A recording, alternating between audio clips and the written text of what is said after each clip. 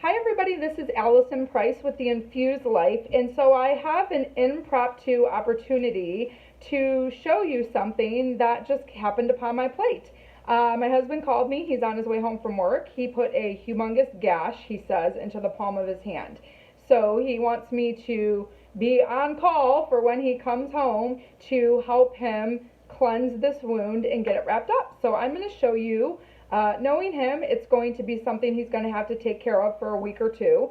So I'm going to show you what I do for that. It's super simple. I've got all of my essential oils here that are really good for wound and skin healing and helping to support it so that there's no infection taking place or anything like that. So the oils that I choose for that are Melaleuca, which is tea tree. And it's super important that you are using oils that are certified pure, therapeutic grade, 100% pure.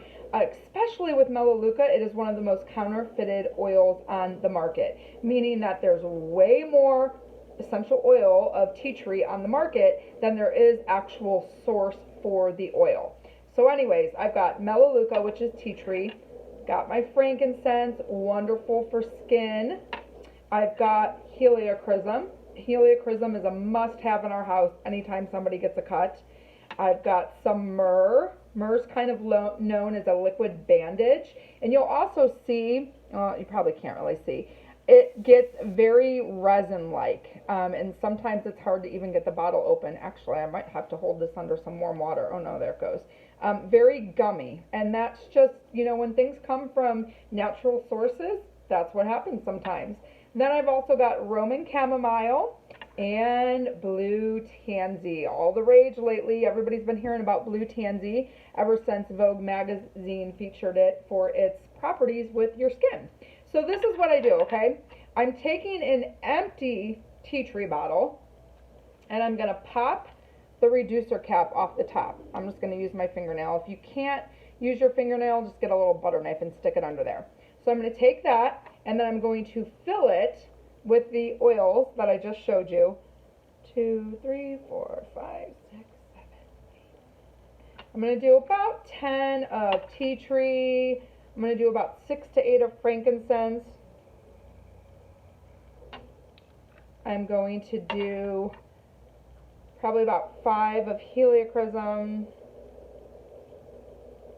There's no specific math to this. I've been using oils for a decade now, so in my mind, I kind of just know the ratios that I like to use, but this is a 15 ml bottle I'm going to fill, so I'm going to say anywhere between 5 to 10 drops of each of these oils is going to be good.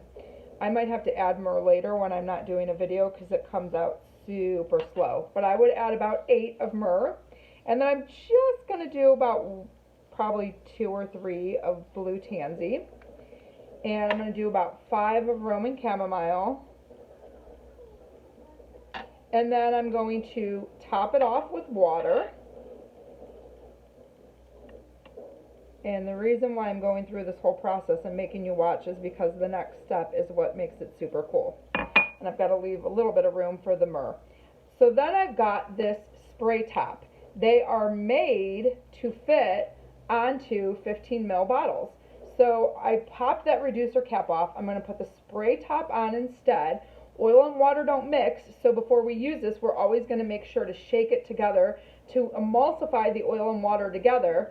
But then all he's going to have to do is spritz his wound and you're all set. It's going to cover everything. It's going to not require you to be touching it with your other hand and getting germs and everything else on an open wound. We're just going to shake, spritz, and then depending what he's doing, either let it air dry for a little bit or wrap it up with a bandage. So stay tuned. I am going to keep you guys posted with before and after pictures of what happens with this palm gouge that I've got coming home here. Have a good one, everybody.